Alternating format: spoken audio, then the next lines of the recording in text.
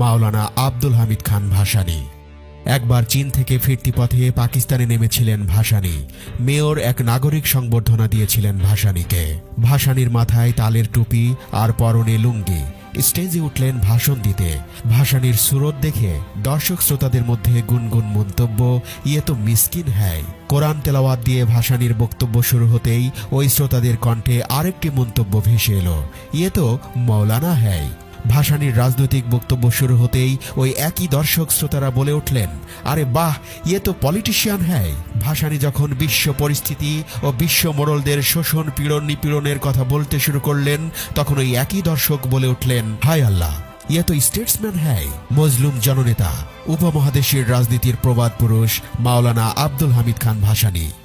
1957 সালে কাগমারি সম্মেলনে মাওলানা আব্দুল হামিদ খান ভাসানী পশ্চিম পাকিস্তানের দুঃশাসনের বিরুদ্ধে হুঁশিয়ার করে বলেছিলেন, পূর্ব পাকিস্তানের ন্যায়সঙ্গত অধিকার ফিরিয়ে দাও, নতুবা ওয়ালাইকুমুসসালাম।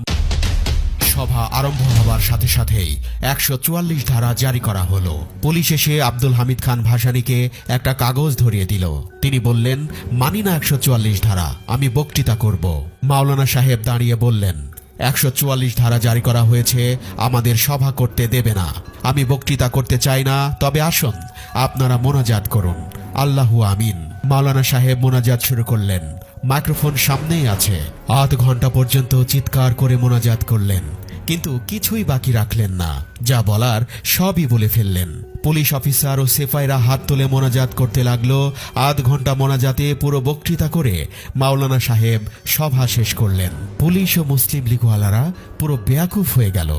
তিনি ছিলেন বাংলাদেশের স্বাধীনতার প্রথম স্বপ্নদ্রষ্টাদের একজন ও পূর্ব পাকিস্তান আওয়ামী লীগের প্রতিষ্ঠাকালীন সভাপতি। শোষিত, বঞ্চিত, নিপীড়িত, অধিকার হারা মানুষের অধিকার আদায়ে সংগ্রামী মহাপুরুষ ছিলেন মাওলানা ভাসানী। ভাসানী এমন একজন নেতা ছিলেন যাকে নিয়ে বিভিন্ন দেশের বিভিন্ন বিশ্ববিদ্যালয়ে আজ পিএইচডি ডিগ্রি অর্জনে গবেষণা চলছে। মাওলানা ভাসানী আমাদের জাতীয় ইতিহাসে এক প্রাতঃস্মরণীয় নাম। সাম্রাজ্যবাদ, ঔপনিবেশবাদ ও আধিপত্যবাদ বিরোধী সংগ্রামের প্রবাদ পুরুষ, মজলুম জননেতা মাওলানা ভাসানী। ব্রিটিশ বিরোধী আন্দোলন থেকে শুরু করে উপমহাদেশের নিপীড়িত নির্যাতিত মানুষের পক্ষে তিনি আপোষহীন নেতৃত্ব দিয়েছেন। বাংলাদেশের স্বাধীনতা সংগ্রাম, গণতান্ত্রিক আন্দোলন এবং কৃষক শ্রমিক মেহনতি জনতার ন্যায্য অধিকার আদায়ের সংগ্রামে মজলুম জননেতা মাওলানা ভাসানী ছিলেন প্রদীপ্ত এক আলোকবর্তিকা। তার অবস্থান ছিল শোষণের বিরুদ্ধে এবং শোষিতের পক্ষে। অধিকার আদায়ে তিনি এদেশের মানুষকে সাহস জুগিয়েছেন তার নির্ভীক ও বলিষ্ঠ নেতৃত্বের দ্বারা। তার হুঙ্কারে কেঁপে উঠত অত্যাচারী শাসক ও শোষক গোষ্ঠীর মসনদ।